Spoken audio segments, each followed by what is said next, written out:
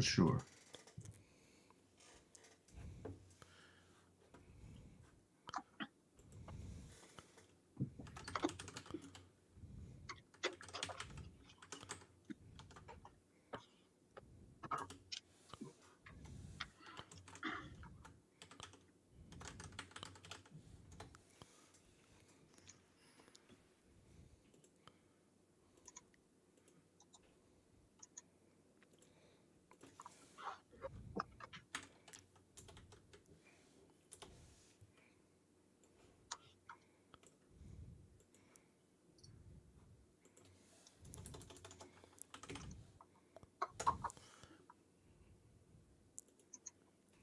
What's up, Andrino? What's up, William Murray?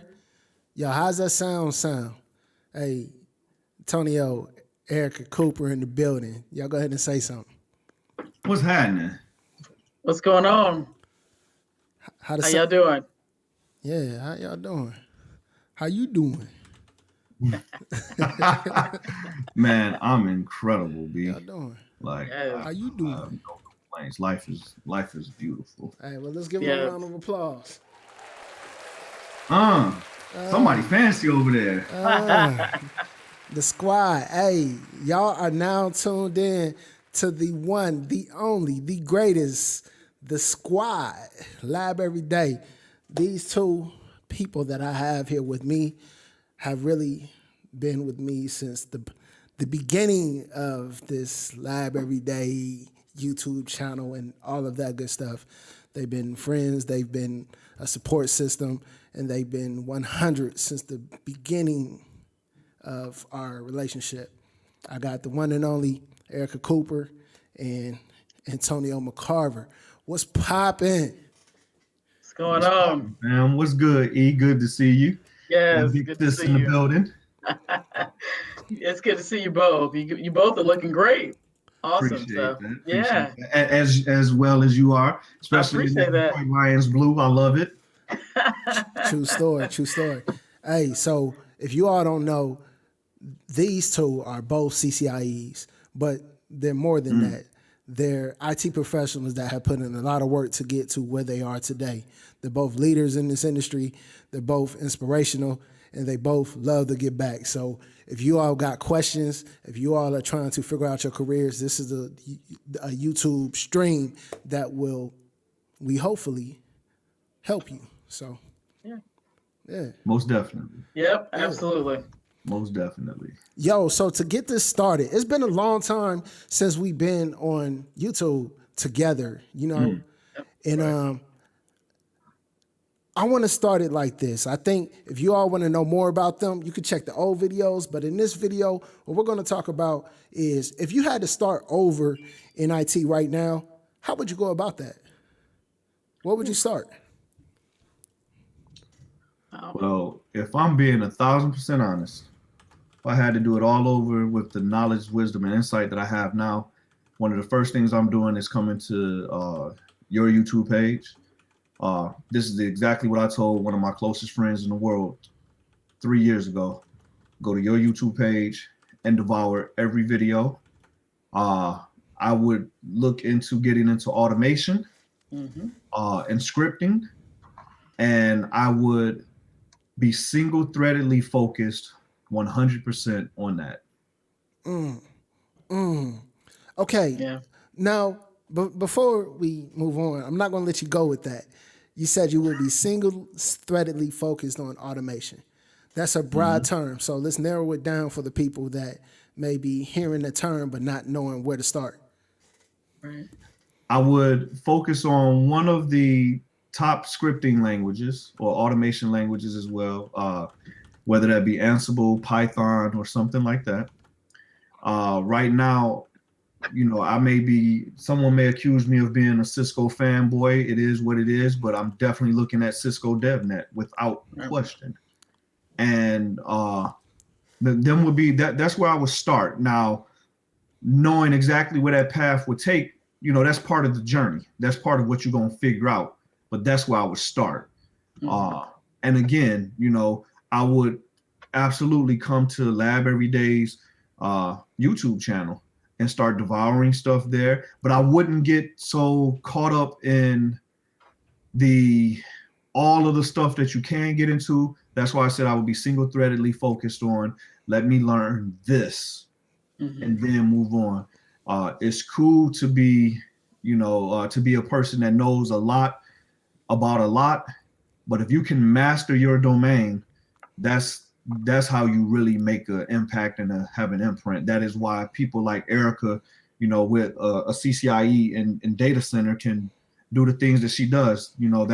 That's not an easy task, but to be focused purely on data center, knock out that CCIE, that opens up so many other doors to where now you can do other stuff. Dope. Thank you for that. We're gonna come back to you, Erica. How about you?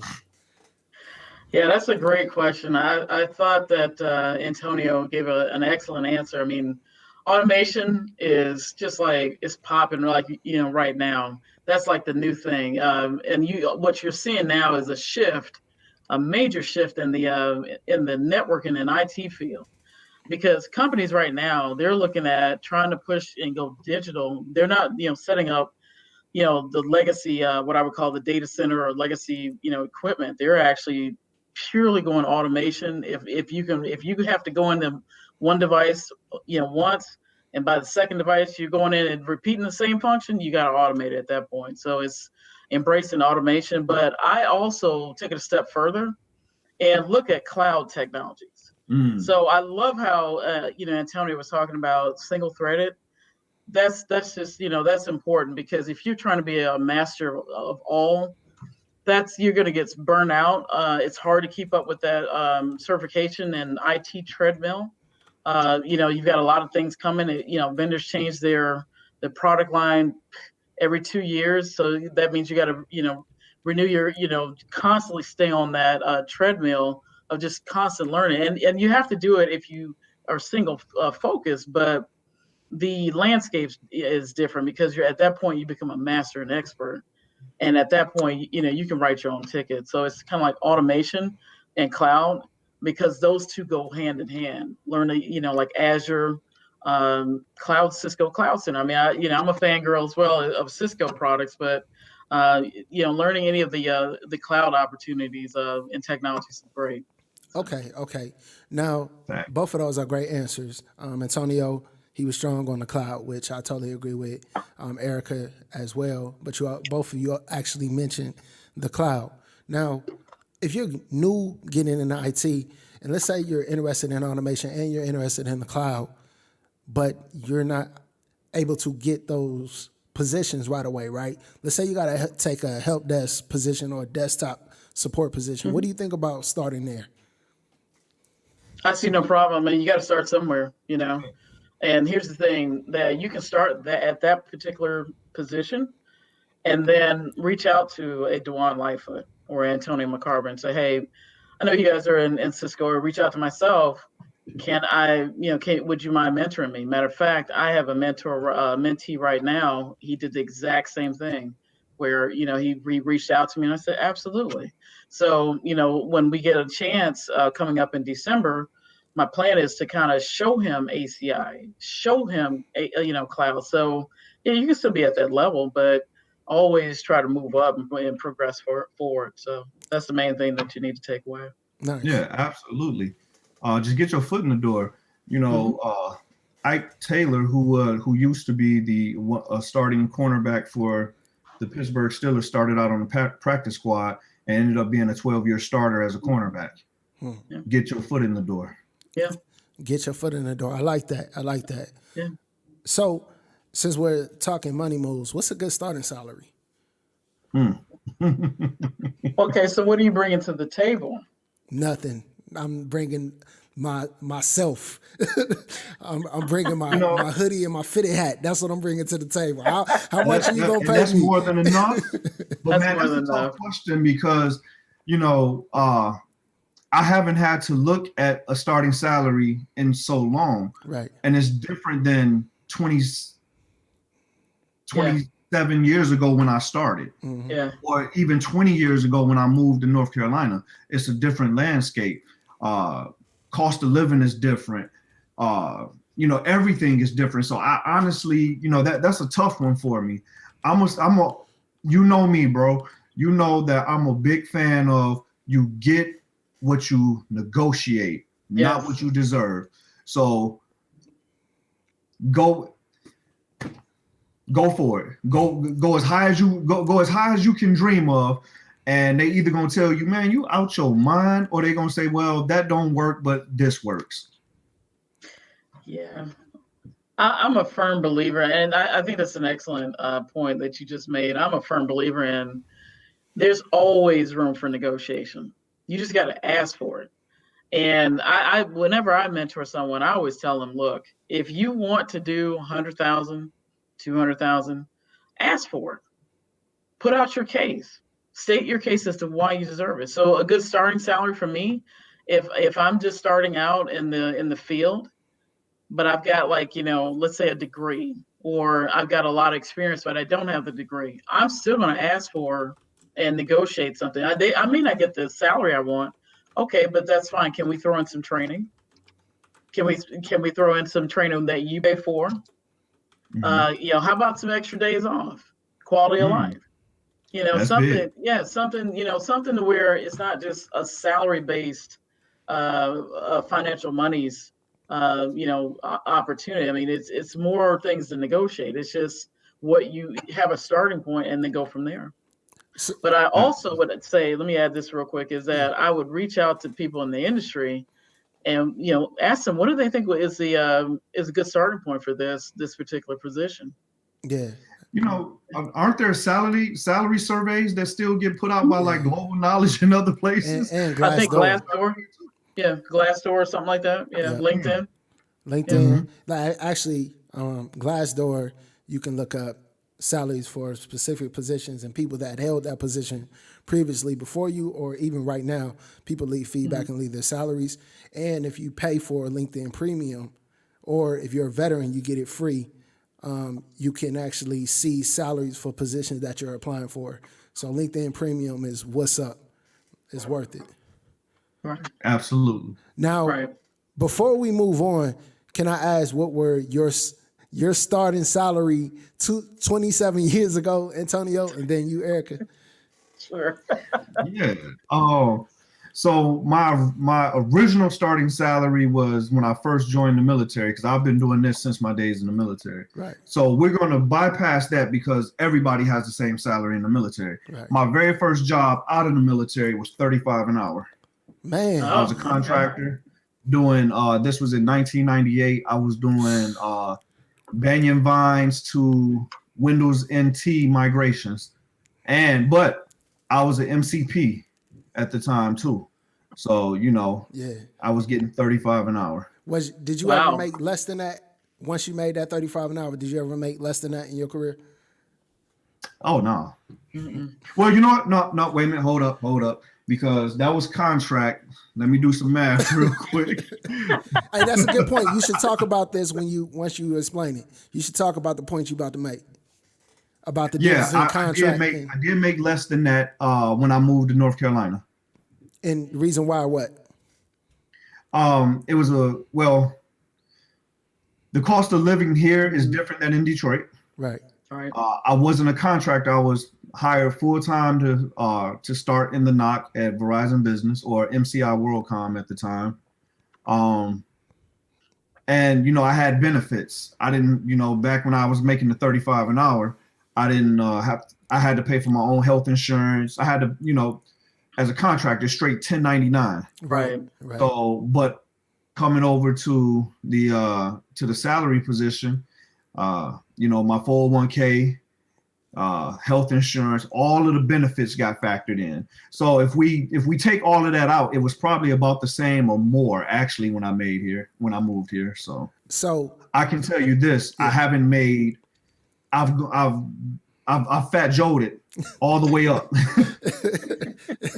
He basically made it rain. That's what he's done since the day one. Hey, a point that I want to make sure that people understand. So there's a difference between getting paid through a contract and being a full-time employee. And so what he's saying is that his take-home pay was actually less as a full-time employee than salary, but there's a reason for that, because as a full-time employee, you get benefits, you get vacation, you get 401k, you get all of these different perks from being a full-time employee. But when you're a contractor, you basically get paid the difference. Right. Not really though, because it's always a middleman that's getting a lot of that money in the most cases. That's a fact. Yeah. Kinda. Yeah. What we ended up doing, and by we I mean a brother from the military who was also on the contract, we decided that we would start our own consulting firm, and we went back to the people that was cutting the check, saying, hey, you guys are paying them X amount of dollars for the two of us. Come through our company now. Mm-hmm. So that's what we did. We cut out that middleman. We became the middleman and just hired ourselves. Yeah.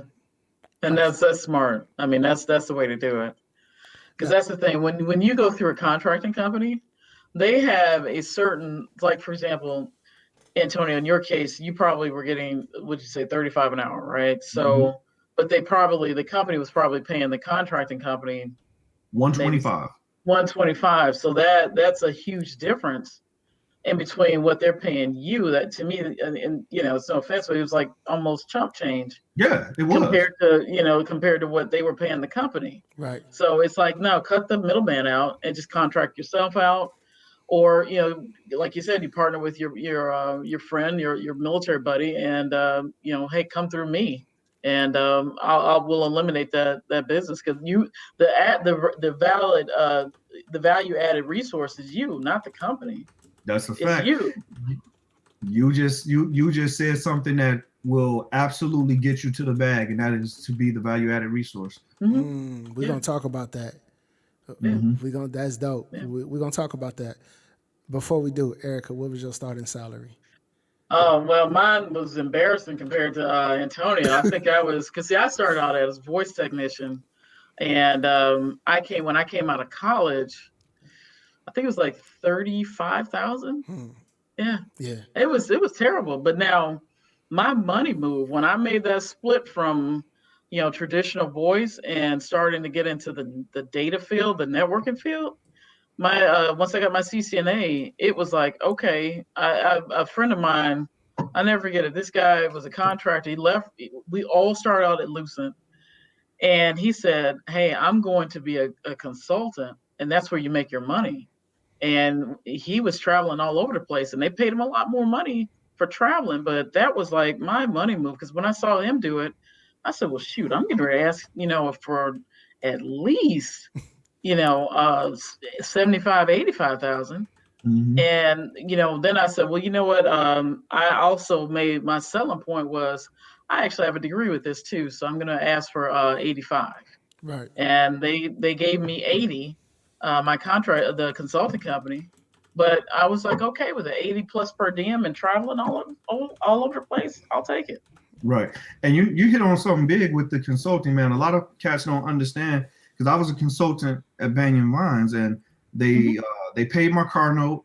And this was back when 1999, when Nextel was just popping. Like, Nextel was first coming out, so they paid. Those were phones with the little yeah. And that was expensive, mad expensive back in the day. They paid gas mileage, like it was just crazy as a consultant. And from that day on, like, consulting will always, in my opinion, always be the move over, just being a regular individual contributor. That's interesting. Right. That's interesting. That's interesting. Yeah. All right. So before we move on to anything, we talked about the different first career moves, right, in the industry. We talked about automation. We talked about the cloud. Do you think the CCNA is a good starting point right now? Of course, I think so. Okay. Because again, for me, it is about getting in the door and showing value. And just because you have a cert don't mean that you actually bring value. But your resume at least is going to get looked at above someone that doesn't have one. Now, Yeah. what you do in that interview and beyond is up to you. But I personally, me and you had this conversation recently. I don't think that there's a bad certification to have unless the company no longer exists. Having a Nortel certification or a VIA certification, that's probably not a good look right now. Right. They don't exist. Juniper, well, you're going to target your job search to people that want Juniper engineers. CCNA, you're going to target your job search for people that's looking for CCNAs. Same thing with Microsoft.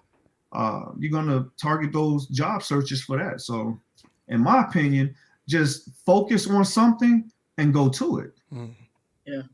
Yeah. That's a great point, because I think that the CCNA, there's a lot of people that get caught up in all these. Well, I've got a better cert, or they think they have a better cert with like a Juniper or Microsoft or Palo Alto or whatever else. But it's really how, if you know about networking, and that's the thing, because if automation is key. And I don't know if everybody's noticed this, but there's, like I was saying earlier, there's a huge shift in the market right now. But you're still going to need network engineers. So therefore, the best certification that always has brand potential and brand marketing and brand perspective has been historically the CCNA, or let's say the JNCIA or something like that. But it's very few market shares for Juniper versus Cisco, where you can go in and it's all 100% Juniper shop. I've never seen a 100% Juniper shop. I've seen plenty of 100% Cisco shops. So it's like, okay, what's the brand potential? What's going to get you more monies? Right. But it's like what Antonio was saying, it's however you market yourself. But the thing is that if you understand the networking piece and couple that with automation, or couple that with cloud, or anything like that, that's your unique skill. That's your unique marketing skills. That's Right.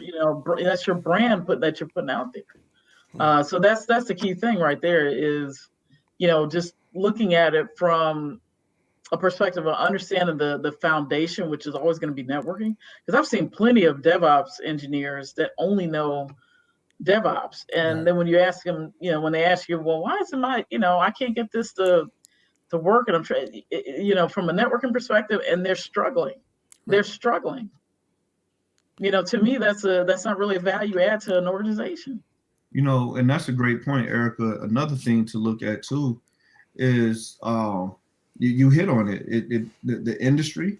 I know Erica and I both work in the same big organization, and right now, people with a security plus, because of what we do, working on government, systems, they're heavy.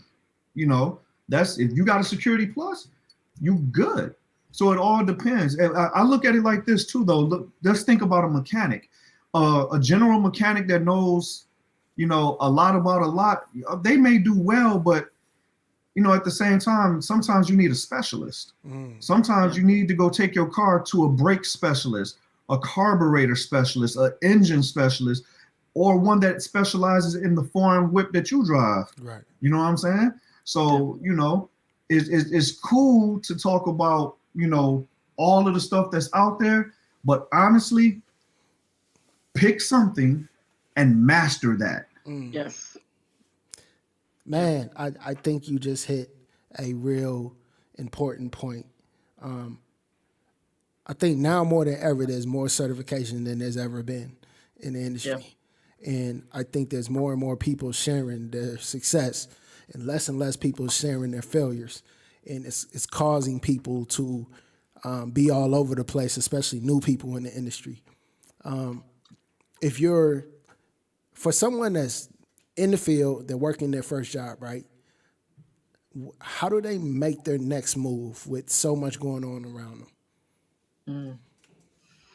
That's a great question. I think one of the things that you can really singularly focus on would be to make your next move would be to figure out what's going to be your organization's, pipeline.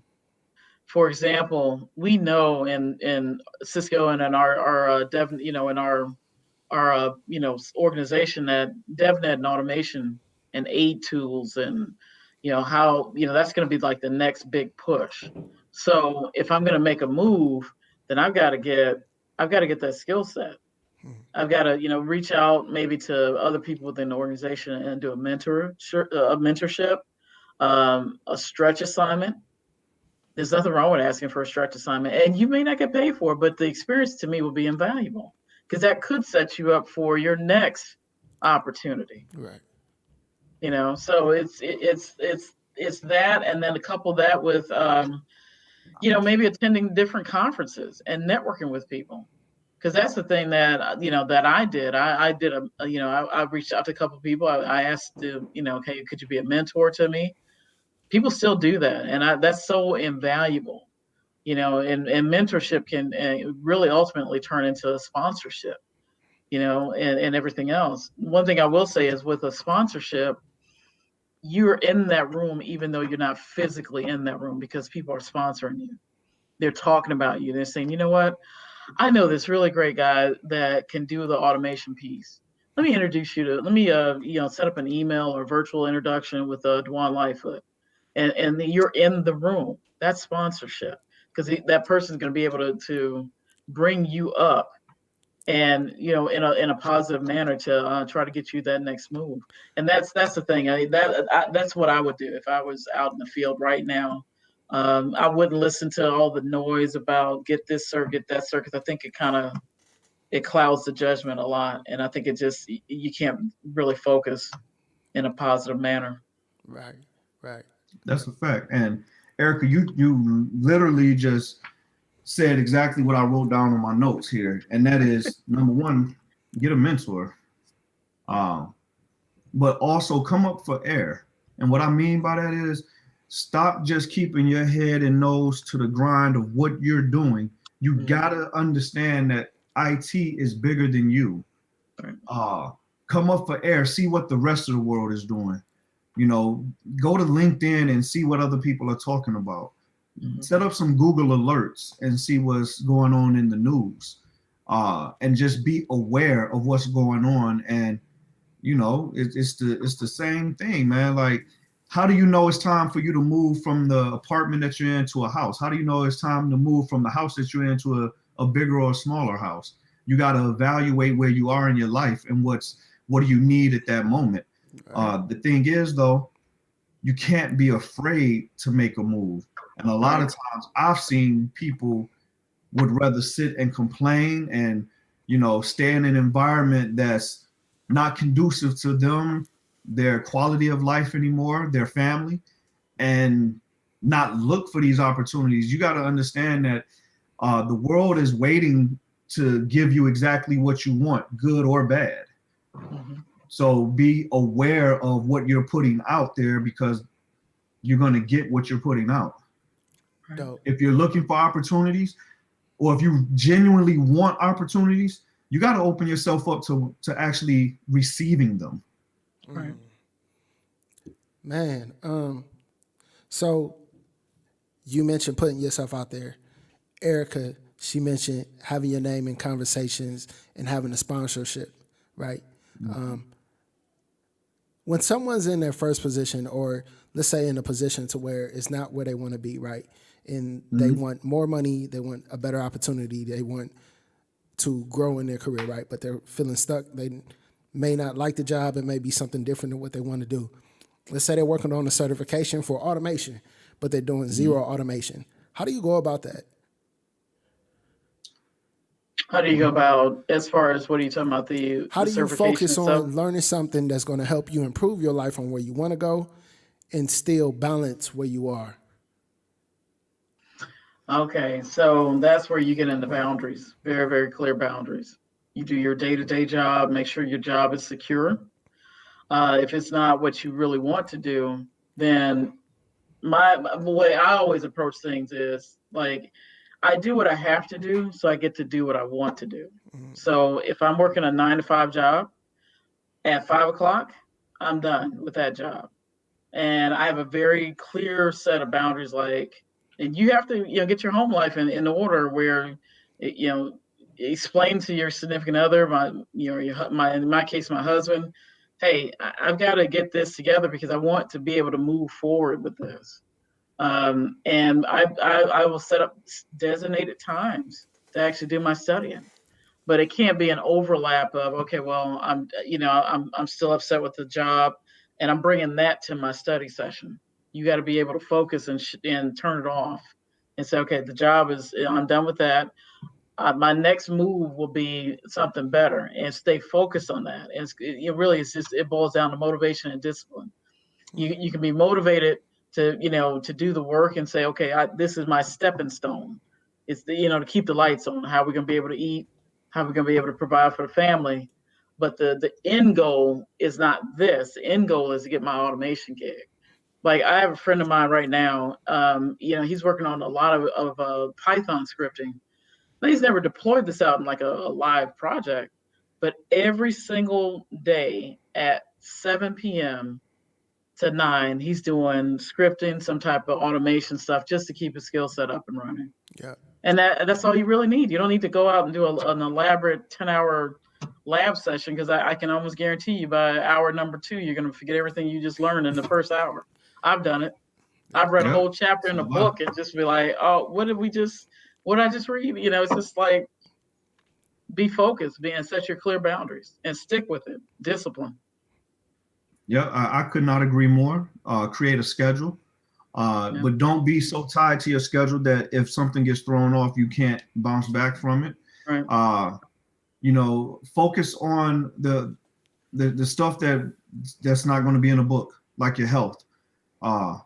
Get up a little bit earlier so that you can, not study, but just meditate or pray, whatever you choose to do. Go for a walk in the morning. Just sit quietly. Listen to some soft music, something to help you get your day started better. Mm-hmm. Just don't focus so much on what's directly in front of you to the point that you can't see where you're trying to go. Right. Keep your sights on that, on that front sight. True story. Mm-hmm. I think I have a question though. This IT industry is small. It's not really that big, Yes. right? Yes, it And is. so Right. if you're in this position and you let's say you just are not feeling and you want something else and you want it so bad, but you're not getting an opportunity. How important is it to still maintain those working relationships and performing your best in your current position? Or rather, go ahead. It's vital. Yeah. It's vital because what that shows is it goes beyond where's your character at? Mm-hmm. Are you dependable? Are you trustworthy? But also, we're in the networking industry. So it's not just about physical networks with these Cat 5 cables or Cat 6 cables. No, it's also about the connections that you make. Yeah. Yeah, the cables on deck. I see you.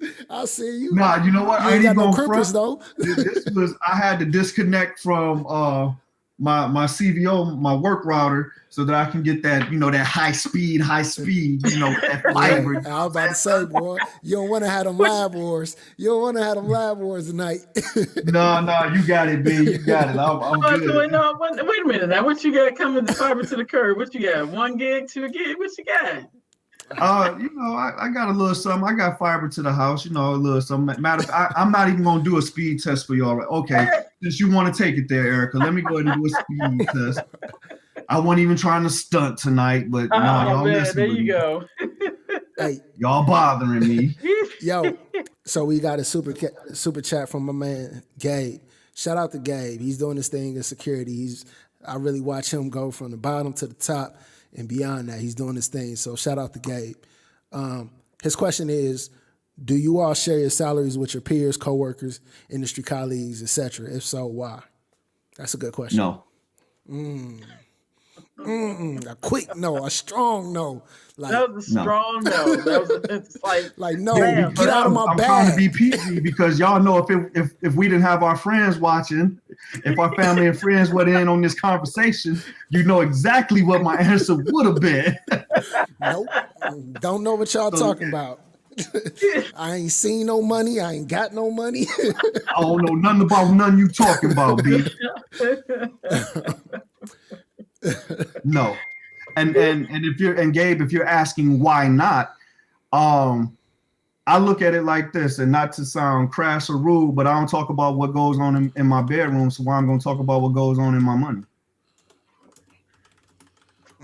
That's a good that's a good approach towards that. I take a different approach towards this. Now, I don't tell if I trust you and I know you, and you're in my inner circle, and that's very few. Then yeah, I don't have a problem with that. Where I think where the problem that comes up for me as a woman, sometimes if I go into an interview and let's say you and Antonio and I, we're competing for the same job, right? The pay difference is different. The pay scale is different. For whatever reason, we are still dealing in 2020. We're about to go into 2021, and we're still dealing with, okay, well, if a man shows up, then he's going to get X amount of dollars more than a female, and that's just it's unfortunate, but that happens. So I need to know what where the industry is, and sometimes you could look at like what Dewan was talking about earlier, LinkedIn or Glassdoor, and they can give you the kind of like a ballpark figure, but a lot of times that ballpark figure still is maybe $5,000 or $10,000 less than what a man makes. So therefore, if we could balance out that, where we know, okay, if you're earning, I don't know, $100,000, don't come in here and say, okay, well, Ms. Cooper, I'm going to offer you 90. And that's the bottom line. Because at that point, it's a $10,000 gap, even though you and I have the same technical credentials. So therefore, if we could balance that out, then I could care less whether or not what you're making, because what you're making is for you. Right. What I'm making is for me. What I have done is I've actually started making sure that I just ask for what I think I need to be making, and I'll go and negotiate for it. So therefore, if I want that $100,000 or $200,000 or $300,000 job, then I'll just say, okay, well, this is what I want, and I'm bringing this to the table, and let's start the negotiation. And that's a great point. In 2021, we are still dealing with pay disparities with women, especially African American Black women. My thoughts are this, though, which slightly differ from yours, Eric. And we've had this brother-sister conversation before. Absolutely. In a capitalist society, though, it is you get what you negotiate, regardless of what the next person is making. However, to your direct point, though, I think we need to shift where we ask the question. See, we don't need to ask our peers what they're making. We need to go ahead and go to the people that can press the button and say, hey, show me what the range is, and then explain to me why I'm where I'm at in that range. Now you have the power. But are you looking at it from the perspective of, so like the gentleman, I think his name was Gabe, right? So if Gabe asks, okay, I'm going to, go in here, and how do you ask that same question to the recruiter or the hiring manager?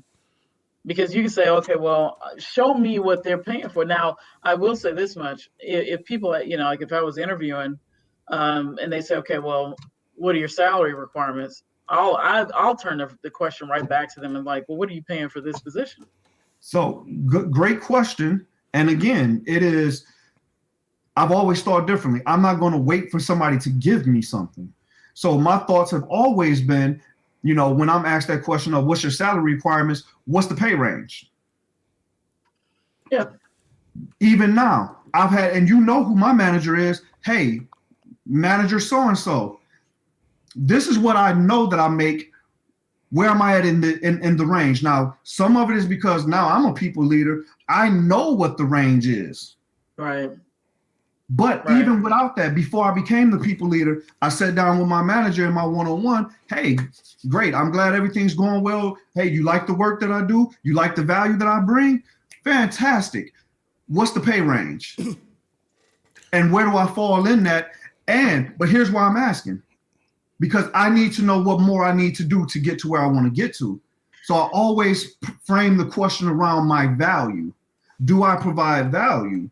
And again, it's not up to me to come to Erica and say, Erica, man, I don't think they really rocking with me like that and paying me what I'm worth. How much you getting paid? Because again, number one, I don't know. We could come to the table with the same years of experience, same certifications, but one of the things that neither one of us know, what are we doing outside of work?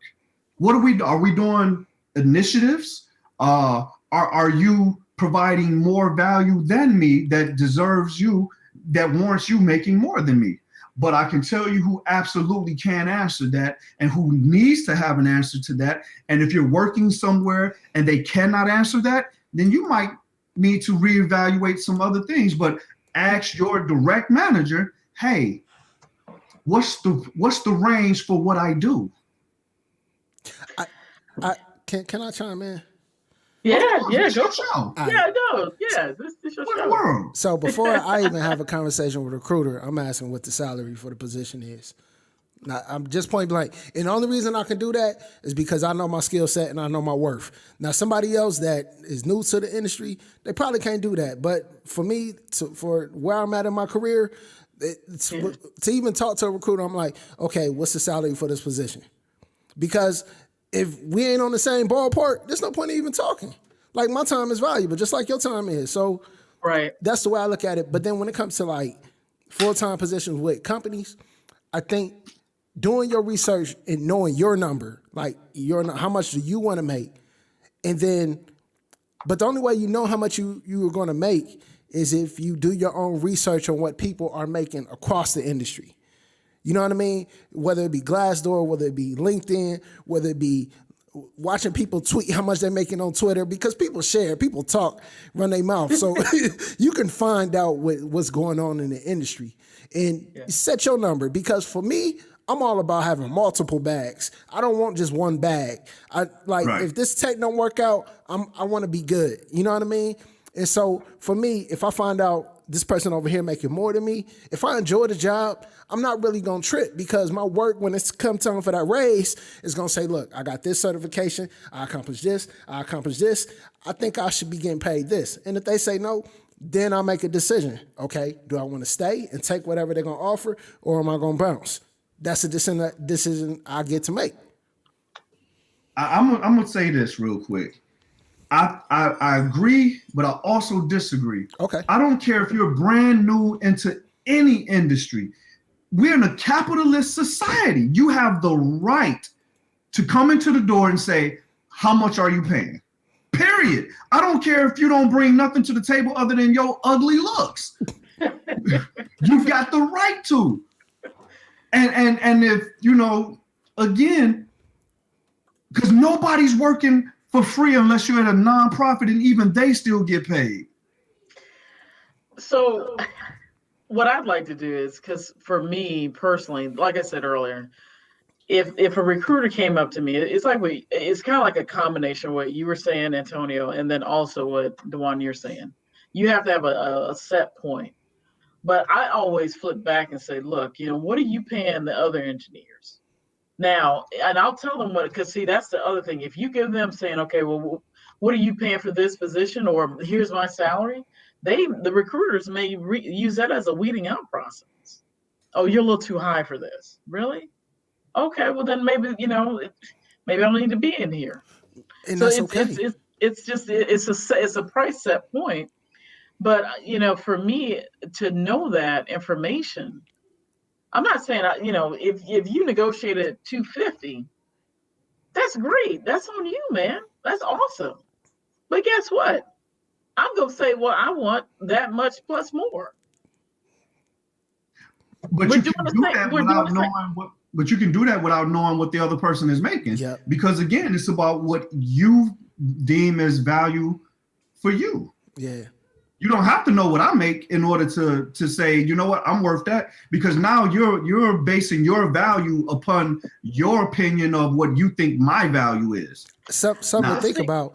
I think that you're okay. So like I said, we always have this very debatable topic, and it's always respect. I love you Yeah, most guys. definitely. You guys are family to me, but it's different when a male says this, and I'm not playing the victim role, but I am saying that women, when we go in there and say, okay, I want this, when the hiring manager comes through there, they're gonna be like, no, we're gonna give her give this person this, and that's That's interesting. the ballpark figure. I would like to I hear don't know. other women's. That does still happen, and I hold think on, we can hold agree on, to that. That hold on. does still happen. Hold on. In our organization, most likely it won't, though. Hold on. I would like to hear True. other women's experience, other women that are watching this live stream. What have been your experiences with asking for a salary? Do you get it, or do they come back lower? I would really like to know if that's the case, because that is messed up if that's the case. And if that's been your case, Eric, I'm sorry you had to go through that, because I haven't always got salaries I asked for. I'm not trying to say every salary I ask for I get. I've been told no, and that's that. You know what I mean? But I think if women are treated like that, that's messed up. Like, that should change. So I'll give you an example. I had just got my newly minted CCIE certification, right? CCIE, one is right there on the wall back there, right? And what happened was I was working for a company. This was before I got to Cisco. I had just started working for a company as a contractor. And when I came in the door, temporary until Cisco came along and reached out as far as making an actual offer to me. What happened was I was working on a project with another engineer, and then this guy had maybe 3 years experience to my, 15-year plus experience, plus my CCIE. And do you know he was making almost about $10,000 more than me in that position? But With my CCIE, and that's why I'm just like, it's just a different thing. It's just like, let me ask you this though: did you ask for that same $10,000 when you applied for the job, or did you ask for the number that you came in with? okay, so what I asked for was a certain amount that I felt was, because it was also a government position. So I knew, okay, let me ask for this dollar amount. And they said, okay, well, we can negotiate it, but we can get you this amount, and then we maybe can throw on, some extra, learning credits and stuff like that. And I was like, it's not what I wanted, but okay, it gives me an ability to keep and maintain my security clearance, which was critical for me. And I said, okay. But then we got on the project, myself and this other engineer, and like you said, he just got to running his mouth a little too much. He got a little too comfortable. And he's like, yeah, I'm making this. And I was like, wow. And I said, well, what certification do you have? And he's like, oh, I just got my network plus and my security plus. And I was like, wow, you see that? And it burns my chops, because it's like, here I am, coming in with all of these check marks, commas, and it's a little different. It's like, it's not fair. And that's why I'm saying that to protect myself, I need to know what the other people are making. I need to know that, because at that point I can actually ask for that plus more. And it's just I'm telling you, Antonio, when you go in there and say, I want to earn $250,000, okay, Mr. McCarver, when do you want to start? You want to start next week or the week after that? Man. If I come in there and I ask the same thing, it's going to be all this other. I agree that those things happen, but And we that's can in also 2020. we can also go down the path that me as a black man will make less than a white man that has the same credentials. Correct. However, again, it still comes down to what Dewan just asked you, and that is, did you ask for what you wanted? I asked for what I wanted. Yes, I did. They came back and said they can't do this, so I had to make a decision at that point, which was maintaining my security clearance. And that's exactly where I'm going next. You have to be secure enough within yourself to walk away from something you don't deem as fair. Now, again, if we were in a socialist society, by all means, post it everywhere. But that's not what we're in. No, we're not. And as unfair as it is, and I'm sympathetic and empathetic, and I've told you personally, I want you to make $1 million a year. That's the At goal, the brother. end of the day, though, we're talking about business. And Dwan, you own a business. You've done RFPs before. Yeah. Now you don't get to talk to the other people that's submitting those RFPs and say, hey, how much are y'all asking for? That's illegal. So why you want to do that with your job? No, you were confident in what you submitted, saying, hey, this is what I'm going to provide and this is what I'm going to charge you to do it. Yeah. All right. That's a really deep topic, and I think it'd be a great topic for women to have and not us men, because they got a whole different experience than us. I'm just being honest. I agree. But I do support, them being paid what they worth. I support black men being paid what we worth, so that's just what it is. But let me ask you this. When you're in a position, at what point do you make a move? For me, I already told you, like when I left Verizon, I was there for 10 years. I knew it was time for me to go when I knew that I wanted to beat up the manager on shift. Wow. Now this is a true story. I needed him to get out of my cube, and I thought about it. I literally looked at him and said, "If you don't leave my cube, I don't know what I'm going to do to you." And he kind of looked startled, and that's when I knew, like, wait a minute, man, I can't do this no more. It was a pay Friday, and I'm happy, like, yeah, just got paid Friday. Oh hell, I got to go to work on Monday. And it was like, you know what? I quit right then and there. No job to go to. Wow. Called my wife. Hey, I just resigned. I gave him 2 weeks. You got a job? No. All right. Well, I trust that you're going to figure it out. And but that's just me. I don't wait. I'm not going to be unhappy anywhere in life. I'm not going to do it. Oh, okay, angry man. What I meant was when you there you go. What I meant was, once you level up your skills, let's say you get a brand new shiny certification, right? And you believe that you're worth more than your current position. At what point do you make a move? Do you go to your manager and ask for a raise, or do you start looking externally? So what I normally do is, like, if I get my new certification, right, I will go back to my manager and say, look, this is what I want to earn. And they may come back and say, okay, well, let's see if we can try to match that. And, go in there and actually defend, why I need to have that, or really ask for it and, present my position on that. If they don't feel like, they're going to move on that, my model has always been either I'm going to move up within the company or I'm going to move out. And so, you got to make a judgment call at that point. If you're doing all the work and it seems very repetitive and mundane and there's no challenge, then you got to, if you want to, stay in that position, that's great. I'm not going to project like, oh, no, you need to move up. But if that's what you want to do, then do it. But if you want to challenge yourself and increase your knowledge and use that nice, shiny certification that you just got, or challenge yourself to learn something else, then you gotta make a hard, fast decision. Am I going to get that within the company, or am I going to get it outside the company? Fact. And if you get it outside the company, negotiate your side, ask for what you want. We just went it. We just covered that topic. That's a fact. Again, man, to me, it comes down to something. It's really, really simple how I view it. And that is, does it serve my happiness? Period. If it doesn't serve my happiness, then what am I doing? I'm wasting life. Yeah. And that's something that none of us can get back.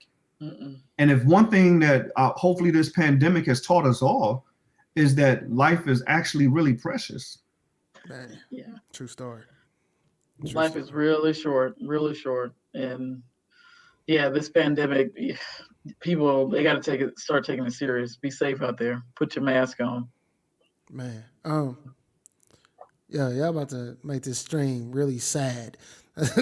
Like, nah, definitely not trying to do that. But again, it's just simple for me, man. It's like I don't put a lot of thought into, it's now the right time, not the right time, especially being that I'm a man of faith. Mm-hmm. I'm going to seek my, I'm I'm going to seek the spiritual being that I believe in, and then I'm going to make the move that I need to make, period.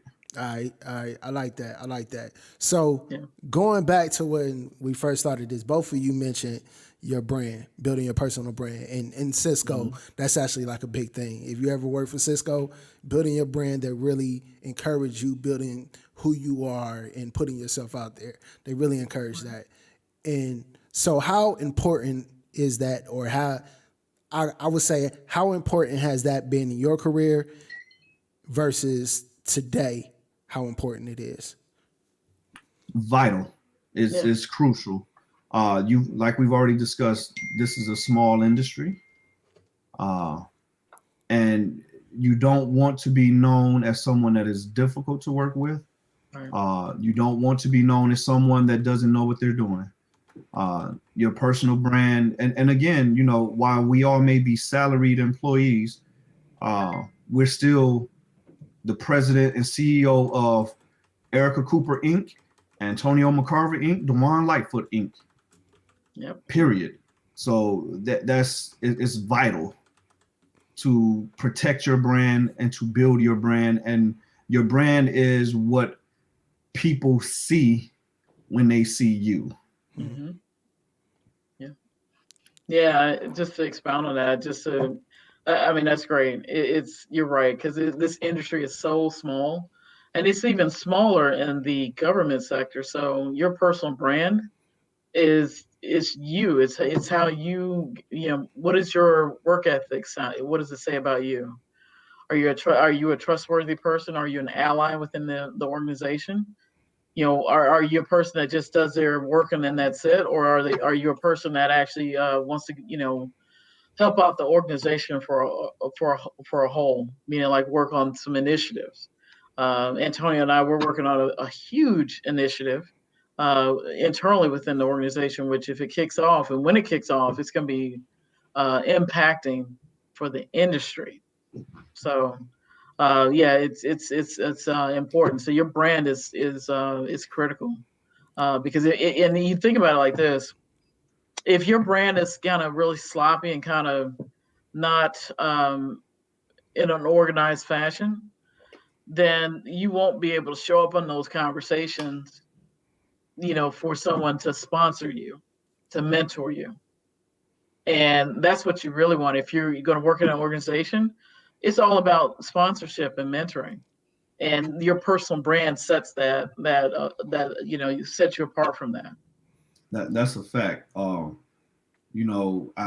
that to speak of that initiative that you and I are working on, I firmly believe that it was our brand and Yeah. the sponsorships that we have that got us there. And you have to think of that. It has to be important to you. I'm a believer in Christ, and one of the passages that I firmly stand on is a good name is rather to be had than riches. Right. Right. So I try to Absolutely. protect my name at all costs. Absolutely. Absolutely. Okay, so to kind of give everyone something to take home with, what are 3 tips to building your brand? 3 from each of you. You want to go first, Erica? Sure. The way I build my brand is I make sure that I'm going to be trustworthy. So if I actually say I'm going to do something, I'm going to follow through with that. I'm going to make sure that if my engineers that I'm working with or that come to me and they ask me a question, I'm going to follow through with them, because that's the key thing. You have to be trustworthy as well as integrity. If I've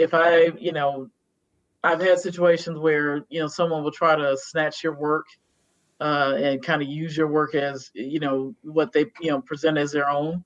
No, give credit where credit's due. If someone's working on something and they know your team knows that they can trust you.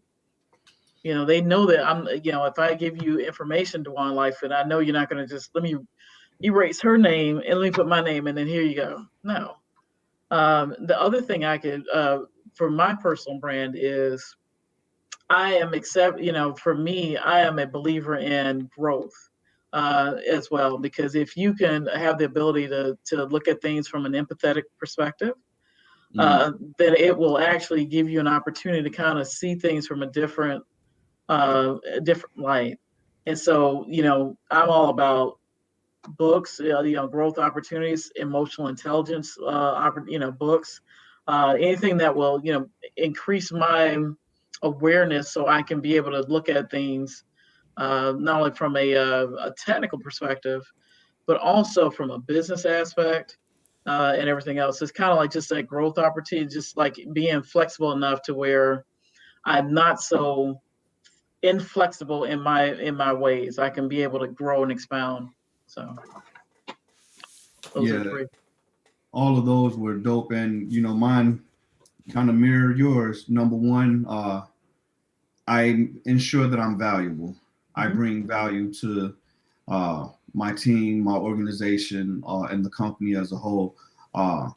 If you're an individual contributor, understand that what you do, even if you're working at the help desk, understand how what you do impacts the overall success of your organization and the company. Once you're able to make that connection, now you have a different investment into what you do. It's not just a job anymore. It's a partnership. Mm-hmm.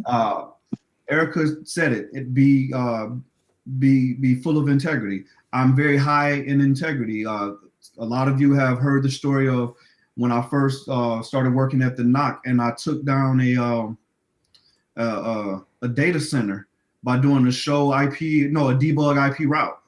Now, when the hub was rebooted, the logs was white. Nobody knew who did it, and we could have rocked with that. But I was like, nah, you know what? I did it, and I told my manager, if you got to let me go, I understand.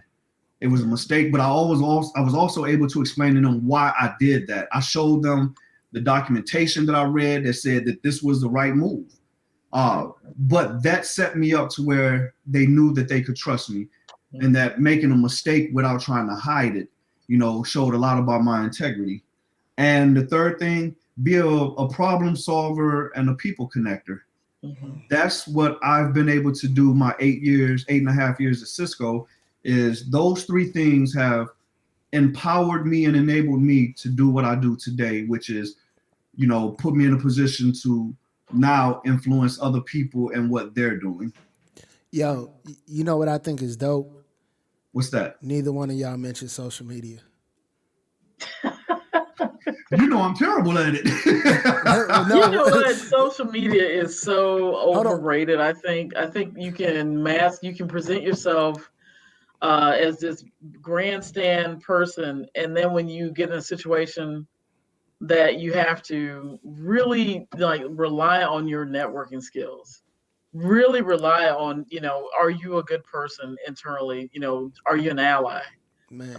You get exposed. And social media, it's like, it is what it is. First of all, I'm too old. I'm an old man these days. I'm old in tech years. Whatever. I'm old in tech years. Whatever. I've been doing this since 1994. So that's what, 26 years. 26 AJ, years. AJ nothing but a number, man. Stop Listen, that. I'm not trying to keep up with every trend. I'm not trying to keep up with how everything is moving. And I suck at social media because I want to laugh. So I'm gonna find something funny. I'm not gonna be posting what I'm supposed to post. I'm gonna try to find something funny. I'm gonna laugh. I'll go tell other people, hey, look at this, and it goes downhill from there. Man, this go back to what I was saying when we first started. Like, I built my career off of who I am, not to toot my own horn, but in the workplace and in my actual relationships. People see me on social media and they expect one thing, right? And they think that I built where I am off of my social media. But trust and believe, no matter what you put on social media, people are going to contact and talk to people that actually know you, that have seen you work, that have worked with you, have worked for. Like, that's the most important thing of building your brand. And both of these people, who I respect tremendously, mentioned that in how they recommended you build your brand, is by the work that you do and being trustworthy and all of that. And salute to y'all, because y'all been doing it for a minute. Appreciate it. Yeah, And appreciate it. and you know, you don't have to toot your own horn because as my brother, I'm gonna big you up. I've always, from the moment I came across the very first video I ever saw of yours, I said, "Yo, that's the future. Mm-hmm. That right there, that's what's going to lead people to tech, especially if you're African American in tech.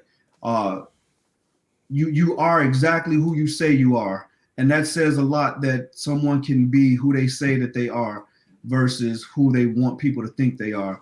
So salute to you, bro. You're an amazing, amazing, amazing man, Salute, brother yeah. and friend. For sure. Yes, Hey, absolutely. And let me tutor, build you up as well. I mean, I think I've known you what now. This is going on 2 years, maybe going on it's like three. maybe But I mean, three. just as soon as I met you, I thought that, oh my goodness, this brother has his stuff together. I mean, it's not like, just like a bunch of, what I call smoke and mirrors. It's like you have a legitimate process going. You're factual on what you're trying to do. And the thing that I really love about working with you and just getting to know you and now just being what I call calling you my friend, and now it's morphed into being family, is the fact that whenever I've had a question or anything like that, we've had a dialogue and it's been mutual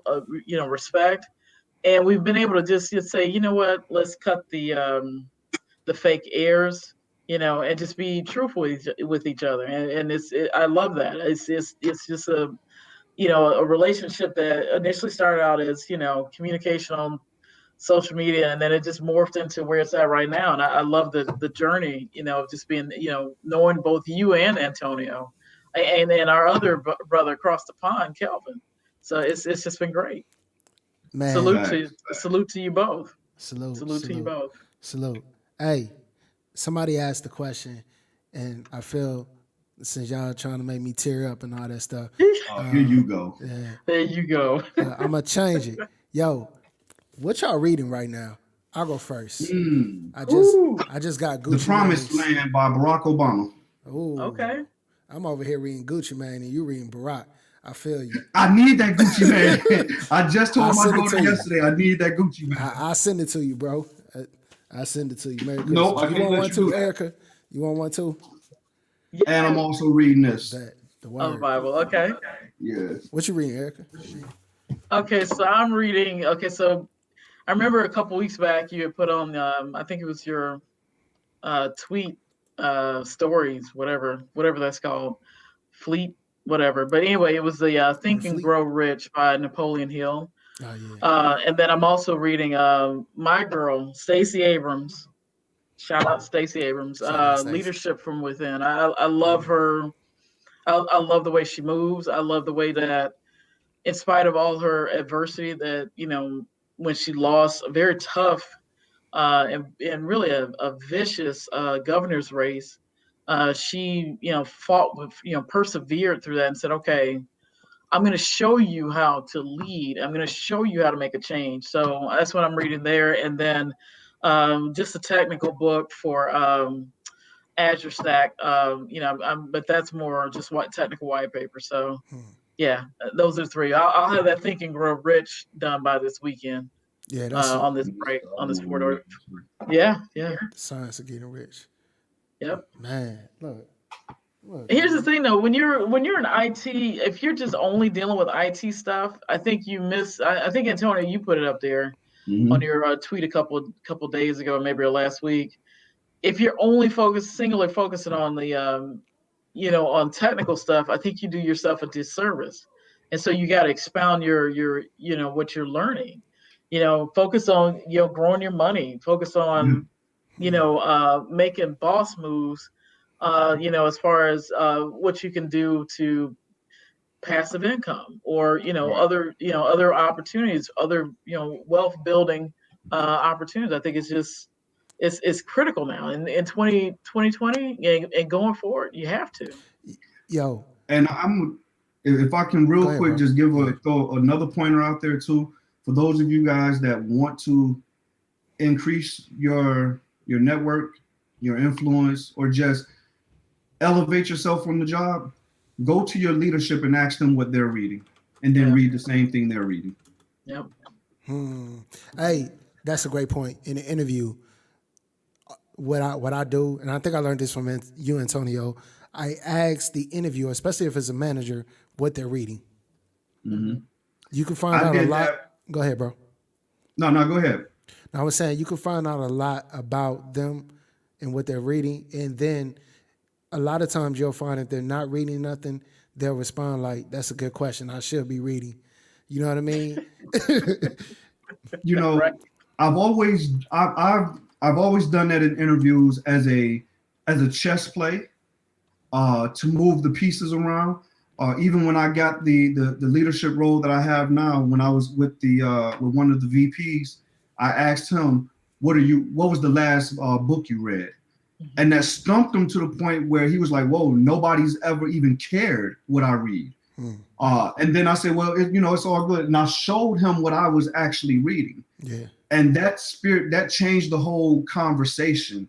Because now they're not looking at me as a resource anymore.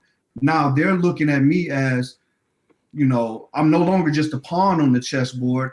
Now I'm an actual, at a minimum, a knight.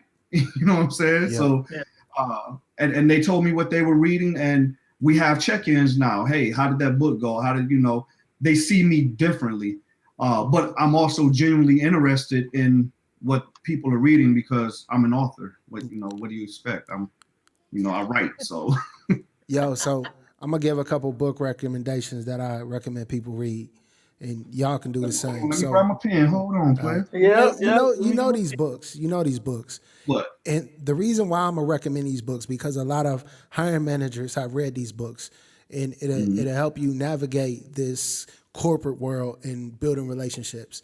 The first one is The 7 Habits of Highly Effective People. Yeah. Stephen Covey. Yeah, Stephen Covey. That was a good book. Yeah. Yeah. Yep. That was a great book. It's a really good book to help you understand the habits that you should have in the organization and just in life, right? And then the next one is How to Win Friends and Influence People.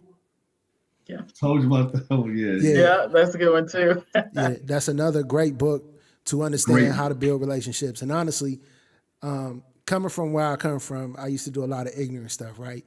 And when I read that book, that kind of just changed the way I navigated in the corporate world and just dealing with people, because at one point in my life, and I'm just being totally transparent, being the only black guy in an office, in a company, I felt like I didn't have nothing in common with the people I worked with. So I just work with these people when I go home, right?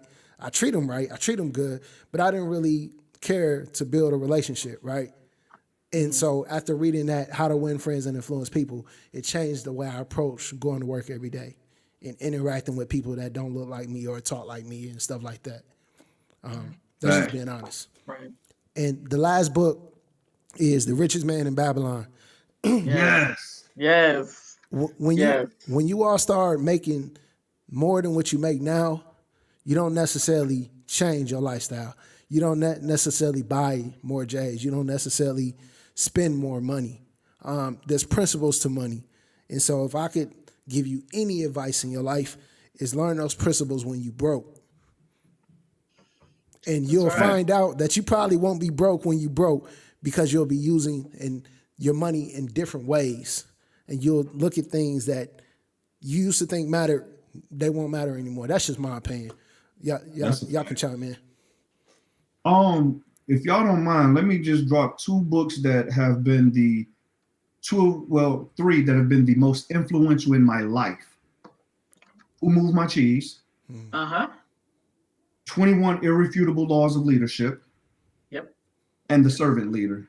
I believe that no matter what you're doing, where you're trying to go in life, if you read those, if you study those 3 books, it will change your life.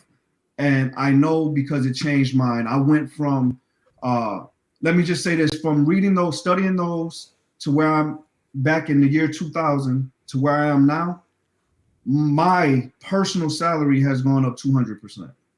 Because I've applied those principles. And that's not, trying to be, braggadocious or anything like that. I genuinely, I reread Who Moved My Cheese every year. It's a short read. So to that earlier question, Dewan, of how do you know when it's time? When the cheese moves. Right. When they move your cheese, it's time to go somewhere else and get more cheese. And the cheese can be bread, money, cheddar, or the cheese can be your happiness, your peace, your safety, your security. That's cold. That's cold. Yeah. I mean, I know a little something. That's cold. Yeah. All of my friends and I, we always have a saying, all money ain't good money. We Right. always say that. And, you can have, because I had a friend of mine, he was making almost $275,000 a year. But when you're trotting across the globe and you missing your daughter's, prom or missing your family stuff, uh, is all that money worth it? No, all money Not to ain't good me. money. Oh, That's a money So ain't fact. good money. one of the things that I read that was so influential for me was "You're a Badass," and that I love that book Yeah. because it was like empowering. Like, okay, well, you can ask for those questions. You can ask those tough questions and not have an issue with that. I mean, it was Get just me. it was empowering for me. I'll send you the other one, Erica. You're a badass at making money. Yes, yes, Cold. I'll make sure you get that. I Cold. appreciate that. For Cold. sure. For sure. Yeah. Look, man, I think being a whole person outside of just being a technical person is important for Right. your health, your well being, and just for life. How do you manage burnout, or have you all experienced burnout? Yes, Of absolutely. course. Yeah. Yeah. Absolutely. It happens. Bro, when I was studying for my CCIE, man, I was also leading the largest Unity connection migration that had been done ever. I was leading that and going through a divorce. Talk about burnout. I don't know how I survived it. But what I do now is I take like I said, I get up early, I go for a walk, I pray, I meditate. COVID slowed down my travel, but I would travel a lot. Right. Hmm. You gotta get away from IT because we're surrounded by technology. Sometimes you gotta put the phone down, man. I'm gonna tell you one of the most freeing things I've done in a while, was just go to the lake and leave my phone in the car. Yeah. Yeah. You gotta take time for yourself. Yeah. Got to. Got to. I think everybody within IT has experienced some form of burnout. Now, the trick is how you respond. Mm-hmm. And one thing I can say is for me, when I first started out, I was a straight workaholic. I was trying to go get it, and I was trying to be you know moving up the ladder, chasing either chasing the dollars or chasing the opportunities. As I've gotten a little bit older and wiser, I realized that all that stuff is not important to as long as my mental health is intact. So what I've been doing now, and I'll be honest with you, when COVID first hit, it was just like it was like almost like a shock. Like, okay, everybody's at home. There's no travel. There's no interaction with people outside of your immediate family. At one point I would go into the Cisco office just to say, "Hey, what's going on? Let's go for lunch or something." But all that kind of imploded a little bit. So what I've started doing recently to kind of keep my mental stress in order is, I would get up like what Antonio was talking about, get up and go. I don't get up and do a lot of walking because up in Maryland, where I'm at, it's a little bit colder in the morning, but I would go during the summertime and just go out and walk a little bit. Or right now, I've been journaling and doing my meditation in the morning, which has been so much helpful because I can, process what I need to do for that day. Right.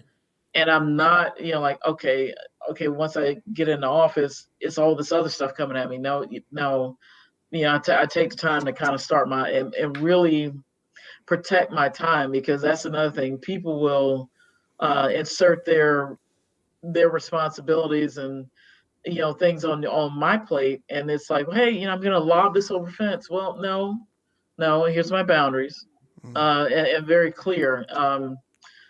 For me, either I'm gonna take because I'm not traveling a lot. I still will do my, like, for example, I just took a mental health break of about 3-4 days, just kind of clear my head.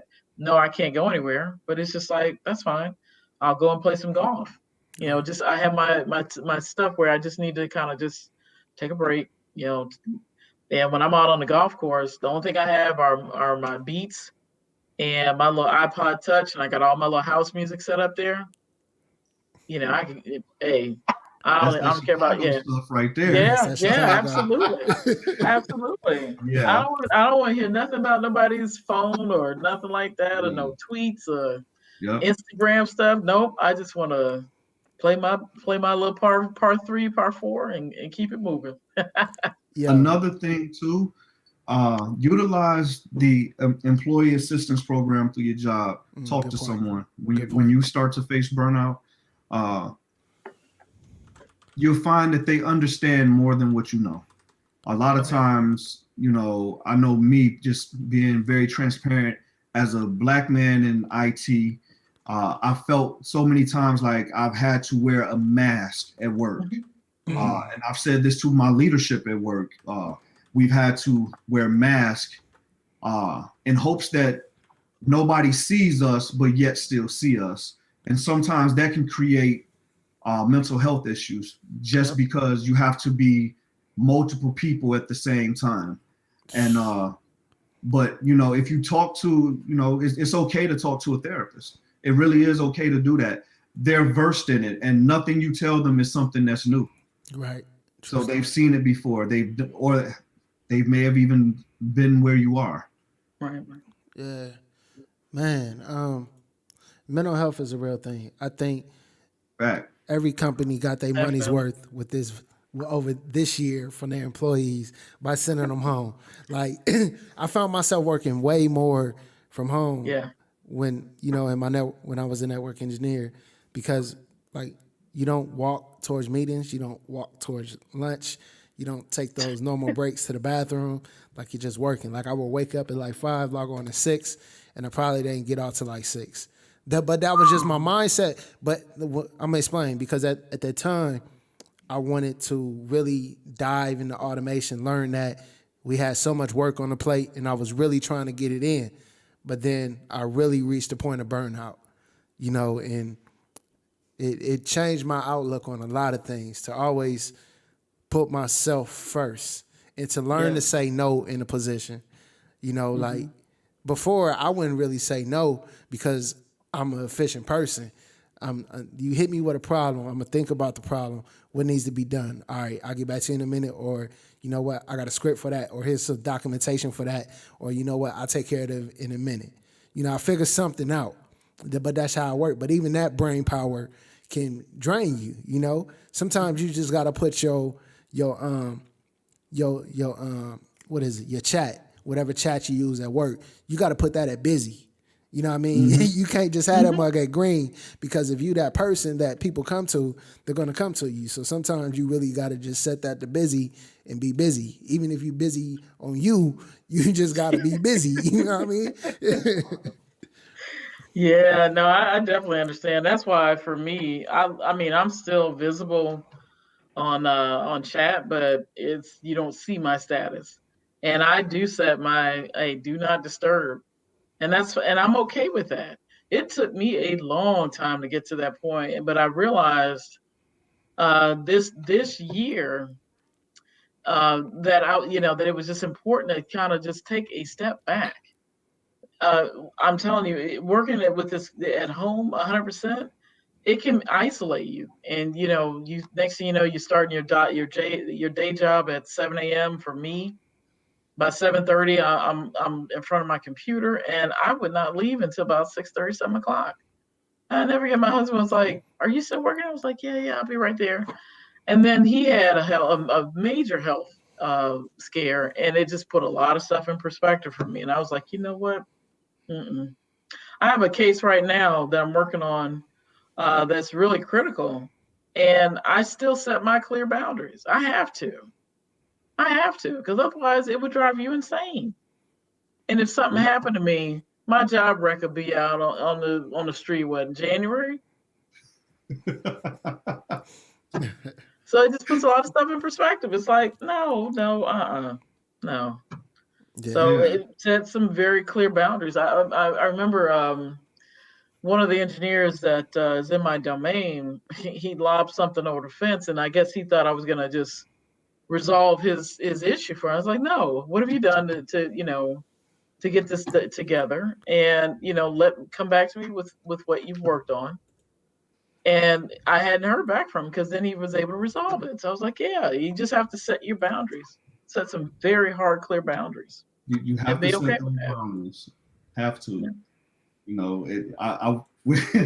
When people have tried to lob stuff over the fence at me, it's like I just take the step to the side, like, oh. Yeah, it's like. Sorry. Yeah. Oh, that was for me. Oh no, that wasn't for me, because I didn't ask for that. So definitely, I didn't order that. That's not mine. I feel it. You're like, no. All right. So we talked about burnout, and I think that was a good conversation, and I appreciate y'all giving tips on that. Yo, how do you make six figures? Like, how do you do that? Is that like a thing? Is that really possible? Can I get a certification and get that like now, like tomorrow? Yeah. Like, is that possible? Yeah. Depending on what you're making today. No, look. I want to be in IT today, and I want to make six figures. I'm gonna get this certification real quick, and can I get six figures that way? What's the path to six figures? Depending on what certification you get and who you know. Nepotism is real in our industry. Mm-hmm. Favoritism is real. But I'm gonna tell you like this: you can absolutely make six figures. Can you come out the gate fresh out of school, fresh out of certifications, and make it? Most likely not, but it's not impossible. Yeah. Yeah. Bring value. Yeah. I know someone. We all know this one person, so I'm not gonna mention their name. They don't have a CCIE, but they're very knowledgeable and started working for themselves. They live in Alabama, work for themselves, and make a ton of money.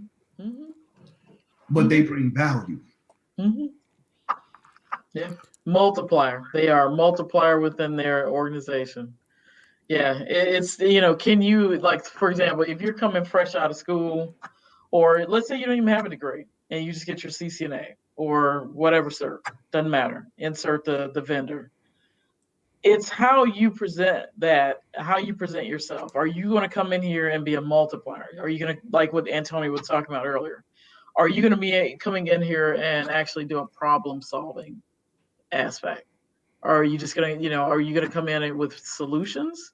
Or are you going to come in and just like, here I am, I've got my newly minted CCNA, give me my $100,000 a year job. Right. No, you're going to have to bring something to the table. Now, what I can say is, if you get the experience and then show value and be a multiplier within the organization, yes, you can get that 100,000 or 200 or 300. You set the limit, Right. My hashtag now has always been either lab every day or hashtag no limitations. Remove the barriers. So I like that. No limitations. I have an open rec right now, and I'm gonna tell you what matters to me now that I don't do the technical interviews anymore. When I do the leadership interviews, I'm looking for someone that's going to solve problems. Mm-hmm. Period. Yeah. My technical team, they let me know if we can trust them to go out with very little or no oversight at all. And that's great, because I can get them all the training in the world. I can make sure they have every technical book, and we can get them trained up. But can you solve problems before they come to me? Correct. Dope. Yeah.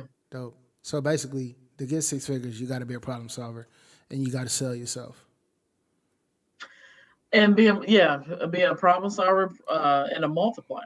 Yep. And it's not just also like just the technical aspect of it. Right. What else are you bringing to the table?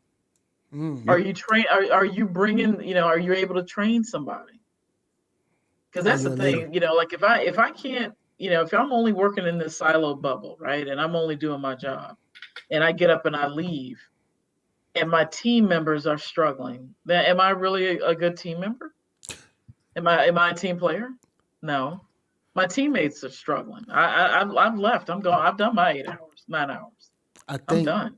I think in that situation, you can work with some people that's just not motivated.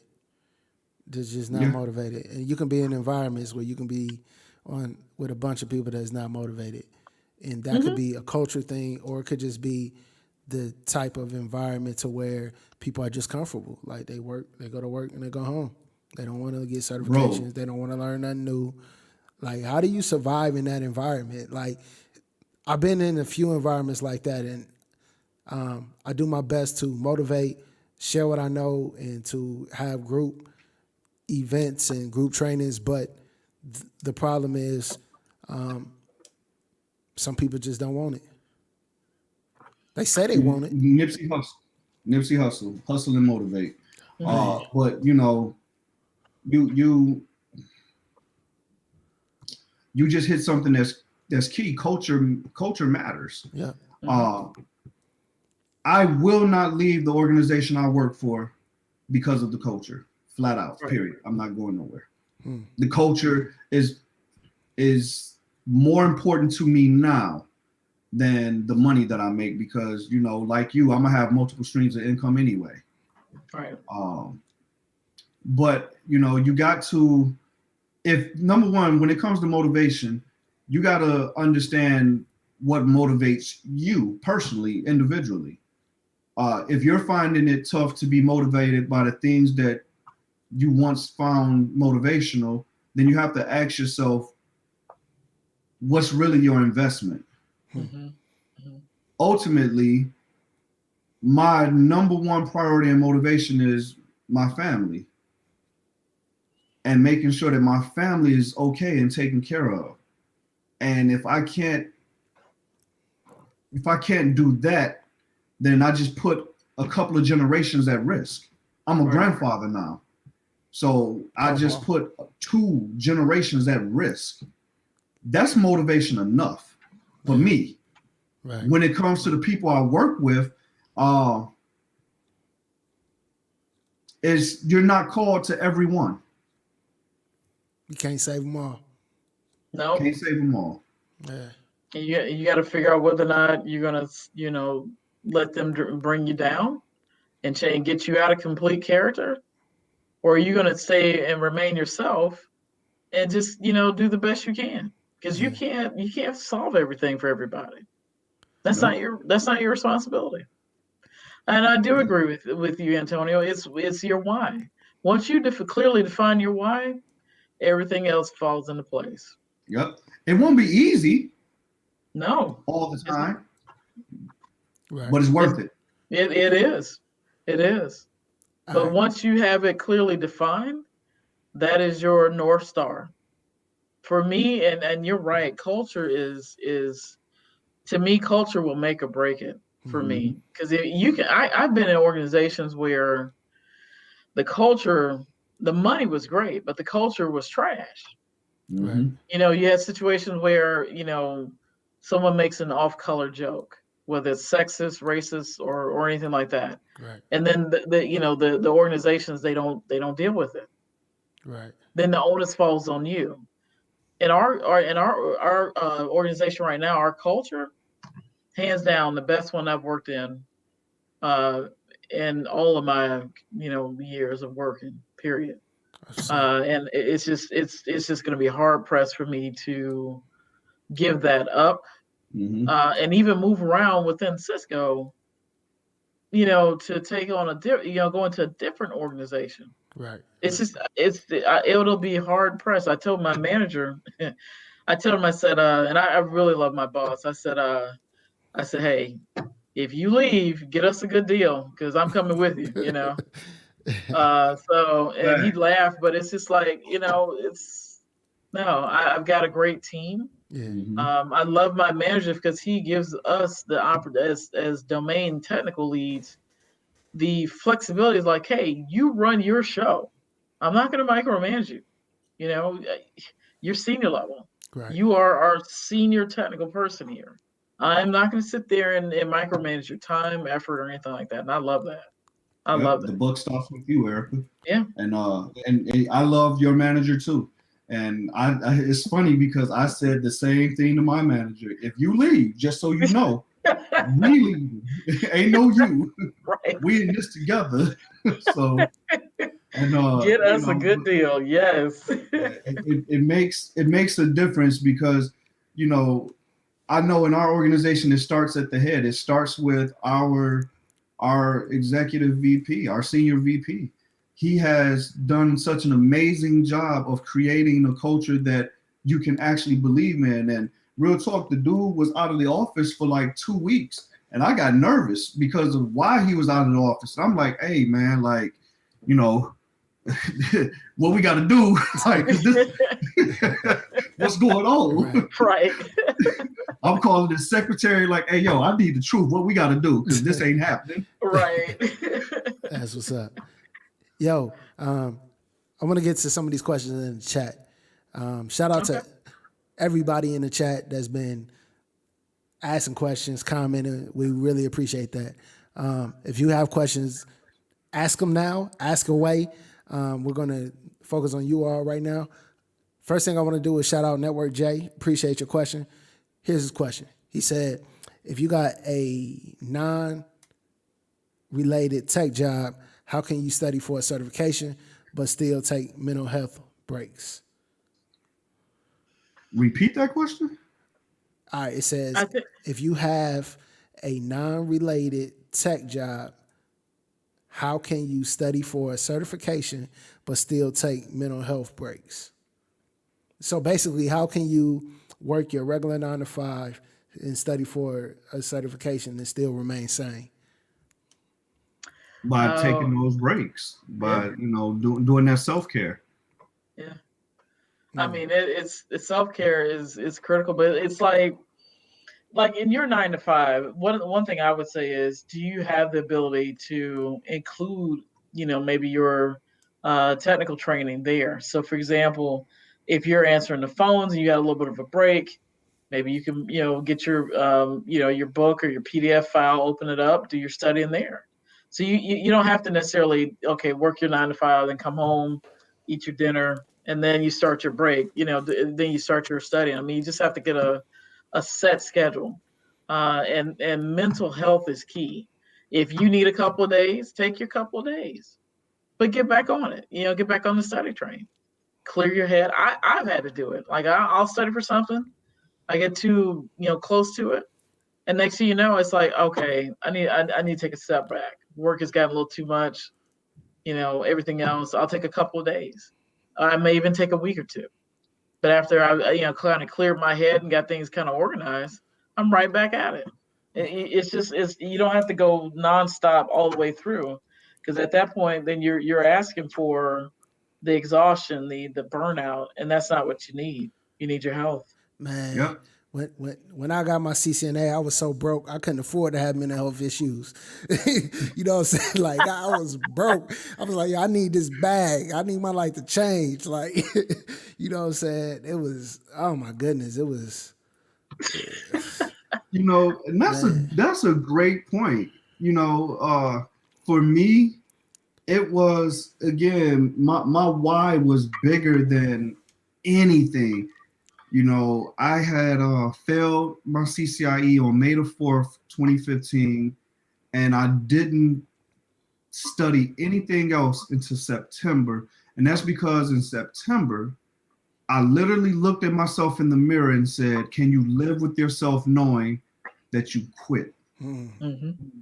Yeah. And I said, nah, not me. Like, I couldn't live with that. So that's when I went hard. I went hard in the paint and was like, you know what? I'll sleep when I die. Man. Yeah. Yo, Like I couldn't allow not having my CCIE to be bigger. I couldn't allow that and the mental stress and anguish to be bigger than me getting my plaque. yeah. Yo, so let's talk about stress and mental stress and managing it. You know what Yeah. I mean? Like stress is going to be a part of it. If you think you're going to be a network engineer in this field and not deal with some stress, you need Oh, to you gonna change stress? fields. You feel stressed. Because the You gonna first, hey, stress? first day first day you type that command and press enter and that link drop. Yo, Hey, dude. Your Hey, heart start racing like, listen. oh my God. real talk. Like the stress you go through as a network engineer, man. I promise you, it will put hair on your chest, man and woman. Like it's it's oh my goodness. Yeah, you are absolutely right. I remember, and even as a seasoned veteran as I am, I was working at a government facility, and so therefore the stakes are everybody's all up in your grill. If you have even just like a network blip, everybody's got to have an over explanation for something. I remember I was doing an installation one night, and I completely forgot to tell the cable team to plug in some of these devices back in. I mean, we're talking about a complete wedge at this government office. And I was like, okay, we're talking about over 100 devices, switches, everything. So it wasn't like it wasn't like a little small little 5 or 10 device. It was a lot. And soon as the doggone office of, and I'm not even gonna name the office, but as soon as the military office walked back in there that next morning, they couldn't access some of their database servers. And you talking about stress. Because I'm thinking, oh my God, my install went bad. What happened?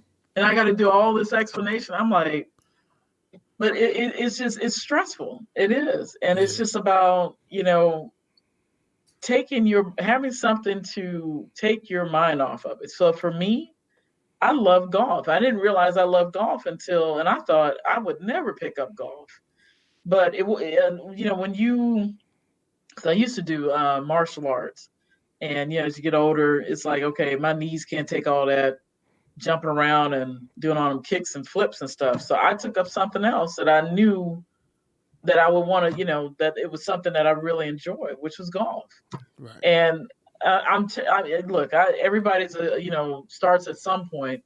Is you're not going to start out playing like Tiger Woods or Michelle Wie or something like that. But I'll get out there and participate, and I'm okay with that. So you gotta have a stress a stress reliever, something You Yeah. blow gotta off have, steam. Got to. gotta have an outlet. It used to be golf for me as well, Erica, but then I found that golf was, because I'm so competitive, Oh golf yeah, became so just as stressful. So, uh, and then the heart issue, I haven't been able to play golf since, but you got to have an outlet. You have to. You mentioned earlier that you journal. I do the same thing. I journal. Uh, Prayer and meditation has been vital for me. And sleeping, like, don't underestimate the power of sleep. Man. Sleep is critical. I love naps. I will take me a nap, and that 30-45 minute nap will be recharging.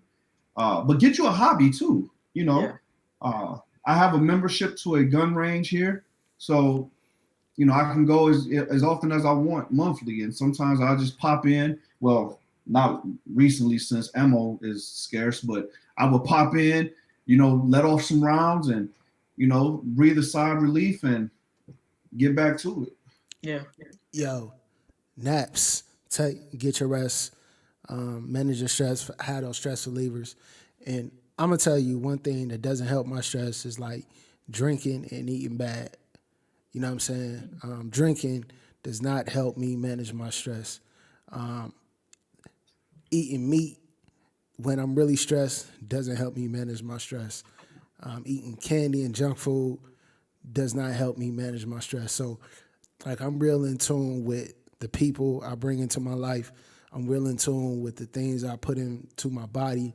I'm real in tune with the things I watch and I listen to, because all of those have triggers or be triggers in Yep. your life that you may not even be realizing. So when Hmm. you on this road to success, you got to be in tune with self before anything. That's just my That's a fact, bro. That's a Fact. fact. You gotta you nailed it. You gotta protect your ear gates and your eye gates. I don't watch the news. Uh, Yeah. I may read a news article online here and there, but I stay focused on the mission at hand. Because I gotta protect my ear gates, my eye gates. If I'm watching something, it's probably gonna be investing related, uh, Hmm. or something like that, or something that's gonna make me laugh, because laughter is medicine for the soul. Yes. So you gotta get to a point to where you have to value you, or no one else will. yep. True. And valuing you oftentimes mean doing what's best and what's right for you, True True. story. and being unapologetic about it. Facts. Facts. Yeah, you're right. I mean, it's protecting your energy. I was talking with my mentor earlier today, and I was explaining him, a couple things. It's like, on the stress level, I was asking him, well, what do you do to manage your stress outside of exercise? And he was like, you know what? I am a protector of my peace. Hmm. And he's like, peace is my superpower. And he had been saying that, for a while. And, how sometimes you hear stuff and kind of go in one ear and right out the other because you got so much other stuff going on, work, life, everything else. But when he said that again, it was like, okay, you're right. And he was just like, if it's something like what Antonio was saying, if it's something that it looks like it's going to be a stressor or a trigger, boop. I don't. He's like, I don't even deal with that. And I was like, yeah, that's the way. It's like you protect your peace on pretty much unapologetically. So For yeah, sure. it's important. Yo, Yeah. all right. Thank y'all. All right. William Murray, thank you for the super chat. He has a question. Here's his question. He said, I love this conversation. We'll definitely look into your book recommendations. My question is, does not having a college degree limit your earning potential at senior technical level? No. Mm-mm, no. Mm-mm. No, not at all. I have plenty of people on my team that don't even have a degree, and they earn, they're senior domain technical leads. Here's the thing. Back in the when I was coming out of school, or actually when I was coming out of high school, to get the foot in the door, our parents or whoever was raising us said, "Hey, this is how you can level the playing field." That worked back then because that was pretty much the only way that you can get in the door, get some technical expertise, and then try to move up the chain, up the ladder. But now the dynamics have changed, and to me, if I had it to do all over again, would I go to college? I don't know. But I don't think I would waste so much of my energy trying to go to school, Hmm. because a lot of times schools, what they teach you is not what's actually going to get you a job. It's going to be check it off, check this off, check that off, but it's not really like real world like experience. That's what's going to get you. It's going to be your experience and what you bring to the table. And for me, you could do that also through certifications, or just pick up something like what Antonio first talked about earlier. Singularly focus on a specific technology and become an expert on that. The college degree is not going to tell you to be an expert on automation. Right, right, So yeah. right, right. Yeah, I mean, mine is real simple. I agree, Erica. No. And at the end of the day, I think it depends. I think it depends on what you're trying to do and what you want to do. I really thought that you had to have a degree if you want to move up the ranks. until I went to LinkedIn and looked at my entire leadership chain from the CEO of our company all the way down to my manager and saw that, that wasn't the case. So, take that for what it is. Yeah. Cool. Yo, since this is Money Moves and we're talking about like jobs, now let's talk about like side hustles and leveraging, let's say, your certifications and your knowledge to have a business on the side or make some extra income. What do you all think about that? And what are some tips that you all have for people that may be looking to do the same? I think it's. Oh, Go ahead. No, I was gonna say I think it's imperative. I mean, if this job left you today, what's your plan? Do you have something else that you can tide you over, or even improve your financial situation?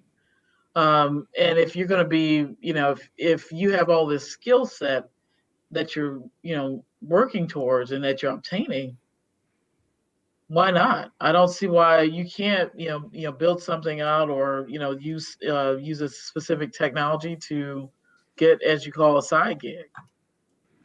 I don't see there's any type of hindrance or limitations on that.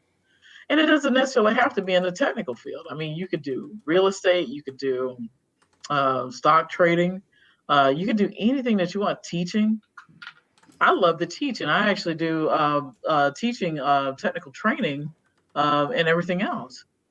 There's plenty of people that have side gigs, so I don't think there should be any type of limitations for that. I think it's imperative, especially in this day and age, multiple streams of income. You took the words right out of my mouth. I literally wrote down before you said anything, learn a skill. It doesn't have to be in what you do on a daily basis. Yeah. One of my side hustles is investing. I'm also a licensed realtor. It's really about, you can use your everyday skills as to help you with getting side work.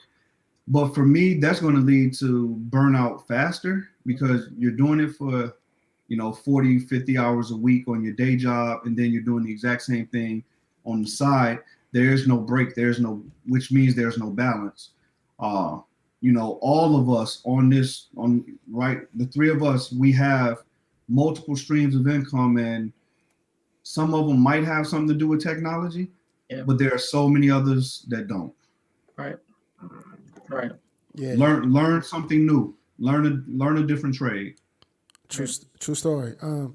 So when it comes to your IT skills and working on the side, let's say you just get your MCP or your CCNA, like immediately you can throw that on a business card and start offering services behind that certification.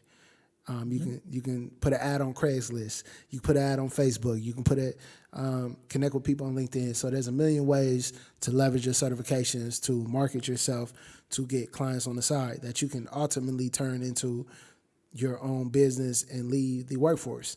I mean, people do it all the time. It's up to you on choosing which path you want to go. But no, it's not easy. Right. If you're a veteran, I recommend using a lot of the resources that are out there to help you get your business started and get into where you want to be in your life. That may not be a job. That could be a business owner.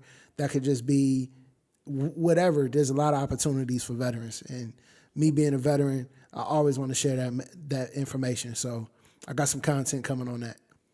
Nice. Yeah. Nice. That's great. All right. Eric Booker has a question. And we'll answer about, let's say 2 more questions. So Eric and 2 more. All right. So drop those questions in the chat. All right. Eric's question is, do you think someone approaching 50 has a chance to break into the IT field? Yes. Why limit yourself by age? Yeah. Age doesn't matter. Doesn't matter at all. Okay. Matter of fact, you probably will have more experience because you've seen things that, as opposed to, let's say, I don't know, 19, 20-year-old in the IT industry. Yeah. You have the ability to kind of, maybe step into a managerial role. Yep. But yeah, there's no limitations. The only limitations would be, what you set forth, and there shouldn't be any. Yep. That's Erica. I can't even add anything to that. You're 1,000% correct. Your only limitation is you. Right. Yeah. Patrick asked a question earlier that I want to bad. get to before I forget, and that was, where do I see on-prem and collaboration going? Patrick, that's a setup question. There's going to always be on-prem because there are certain business entities that can't have their stuff in the cloud. So on-prem will always be here to stay. Yeah. But I recommend every Cisco collaboration engineer to learn off-prem. Yeah. Right now, I'm doing a Azure Stack install for one of my government customers, and they just cannot have their information in the cloud. I don't care how nice and shiny, let's say AWS or Google or anywhere else looks. It's just like, no, we have to have it on-prem, and that's it. So why not learn both? Yep. And don't get sidetracked by those talking points of, everything's moving to the cloud, this, that, and the third. Companies and entities are still going to need experts to help configure it, no matter where it is. So, right. Be that guy, be that expert. Right. Don't be afraid of the challenge. Don't be afraid to learn something new. Don't think because you don't know it that you're the only one. There's a lot of people out here faking it and know how to look like they are prepared and have everything under control. That's a big part of making that six figures, is being able to manage that I don't know what the hell's going on moment. Yeah, it's I had a friend of mine, she would always say, well, you can always fake it till you make it. I'm just like, wow, does that work? It's like, Yeah. no. I mean, it's just, but you just have to be prepared, as best as you can. And I would not get caught up in the hoopla that comes up with social media, because there's a lot of fakers out there, a ton. Man. Here's a real quick true story. I remember after I got my CCIE, I was called into a meeting, and they really just brought me in there for cloud. And I'm like, wait a minute, I need more information. They was like, no, don't worry about it. Just sit there and look how you look. And I'm like, what do you mean? Just look, and then, just do what you do. And I was like, I don't know what they're talking about. Like, I'm going in there blind, and literally it was, well, Antonio, what do you think? That's a great question. And I think what we really need to do is circle back to that. Let me get more information on the back end, and I'll come back to you. That was my answer for everything. And they was like, yeah, you know what? That's a great idea. I would have been like, man, what kind of nonsense? Are you going to answer my question? It was the oddest thing, but they just wanted a CCIE in there. Yeah, and it was like, it wasn't even about collaboration. That's what made it so bad. I was like, what the hell? Right. So yes, faking it till you make it, it can work. I wouldn't recommend it. Yeah, I'm not saying faking it till you make it. That's not what I'm saying at all, bro. That's not. Antonio's wireless. And I would have been like, okay, wait a minute. I'm sorry. You didn't answer my question. Let me redress my question. Like, dude, man. Yo, I'm not saying fake it till you make it. That's not what I'm saying at all. What I'm saying is there can become times where a technology is presented to you and you know nothing about that technology, and you have to maintain that everything's under control look. You know what I mean? You can't look at somebody in a meeting and have that deer in the headlights. You get what I'm You saying? definitely cannot have a deer in the headlights. You cannot do that. No, And it's okay to say, you know what, I don't know the answer to that. Yeah. that's true. That's Yeah. true. But you still But got to here's do that under control. You can't be like, man, I don't know what to do. Like, you know what I mean? it's Like, Nah, like, you don't can't. say that to me. hey, you better call Mako.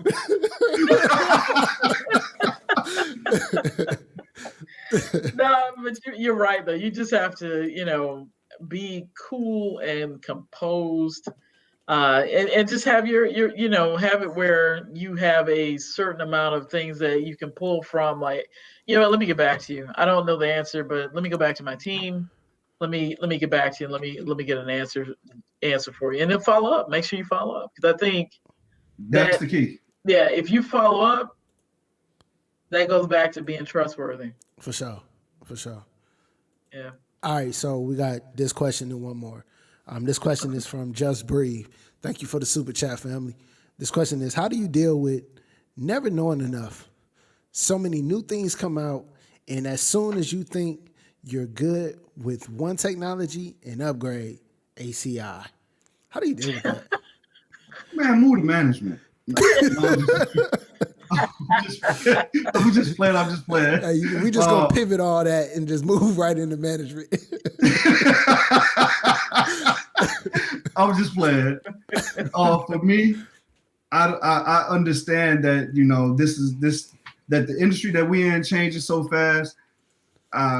It doesn't bother me at all. I just try to, like I said, stay single threaded, focus on mastering what you can master, and be good at what you do. True. Yeah, that's the same way for me. Because, like, for example, I was learning ACI, and the next thing you know, Cloud Center came up. And from Cloud Center went to SD-WAN. So it's like, if you're always trying to stay on the hot topics for these vendors and technology, you're going to be on that treadmill forever. And at some point, you're just going to be, you're going to be spent. It's going to be hard you'll be mentally fatigued. And everything else. And it's like, protect your peace. Just, if you're going to learn ACI, then know ACI in detail. Now, if you want to branch out a little bit, fine. But, map that out, plan that out, and see if it's worth it. Because I can almost guarantee you any technology that you have will be a subset, meaning like it'll be something in conjunction with. So with ACI, you got to deal with security, or ACI, you got to deal with the cloud. Right. ACI and something else. So your foundation's ACI. You just got to learn those small little intricate details of how that technology interacts with security or cloud-based initiatives, whatever it is. But you're still not really shying away from the main bread and butter, which is ACI or SD-WAN or VipTel or something like that, or Velo Cloud. Just you still have that. Yeah, that's the fact. And understand that just because everything changes rapidly doesn't mean that you have to know it all. Yes. Ooh, preach. My mentor, wow, and this guy is a principled engineer for Cisco. The first thing he'll tell me, because I used to be worried about, well, I got to be the smartest one in the rooms. That means I got to know everything. Give me, I got to be like, what's the guy, Neo in the Matrix, I just, plug me in, and let me just learn Chinese or something, Kung Fu. You're not going to know that. And he was just like, you don't have to be the smartest person in the room. The only thing you need to worry about is where to get the answers. Right. Yep. Who to bring in to get the answers.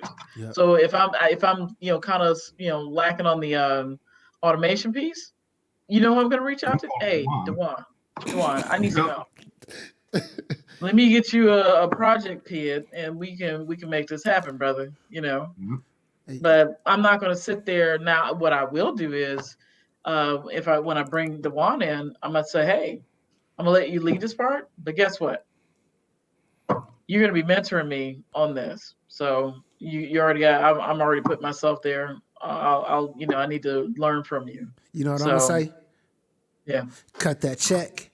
I need my ends. If you're the smartest person in the room, you're in the wrong room. Right. True Oh, story. who you telling? Yeah, Yeah. yeah. True story. True story. Man, this has been like long overdue. Like long overdue. Yes. Long overdue. I thank you all, you both, for taking 2 hours and dropping this knowledge on the people. My Y'all, pleasure. I'm glad. Of course, you Yeah, of know, course. at all times, whenever, we you Mhm. know, I'm for the culture. all right, Absolutely. for Anything you sure. need. We got one more And question, and we're gonna do mhm. this for the moderator, my homie Christian. He said, "Don't know if you answered this or not. How is your lab set up? Cloud on-prem, hardware, or all virtual?" So it depends. I mean, like for example, for me, I have my home lab, and that's physical gear. I do have a kind of like a virtualized environment. That virtualized environment it consists of my home lab servers, but I within VMware and vCenter, I have an Eve set up. So if I need to, let's say train up on some Juniper or Palo Alto, I've got that set up already there. I don't have to go out and physically buy equipment and to worry about licensing. It's already set up there. I wouldn't worry about trying to put it on, in the cloud per se, because that can be kind of expensive. Are you trying to access this from all over the place? That's great, but I mean, like, what is that going to be beneficial? You could probably do a tunnel VPN to your server, get a something like a Wake on LAN box for your server. You don't have to throw it into a cloud. You just log into it and power everything up, and then go for it. I wouldn't worry about trying to get all this stuff into the cloud. It's just to me, it's just expensive. I mean, there's more than one way to design your network, but mine is all kind of like a mix of hardware and virtualized environment. Yeah, When I had a lab, mine was, as you guys know, I've moved on from uh, being the a lead technical resource to now I lead a team of highly efficient technical resources. I still do get my hands dirty every now and then just so I can stay up to speed on what's going on. Uh, yeah, but when I had it, it was both in the cloud and on prem. Come on back to technology, man. You know you miss it. Man, you know what? I found that I can have a bigger, better impact on people right. and be able to, you know, uh, help bridge that gap that we had a very passionate conversation about earlier. I can make that difference. Yes, sir. So Yes, sir. I'm gonna let y'all. I'm gonna let you and Dewan, have all that. Yeah, I'll just I take ain't the technical no blame if more. something go wrong and give y'all all the credit when something go right. Yeah, I'm not technical no. I'm not technical no more neither. So, it's one of them things. Um, for me, when I do lab or when I automate or whatever, honestly, all I use now is the DevNet sandbox.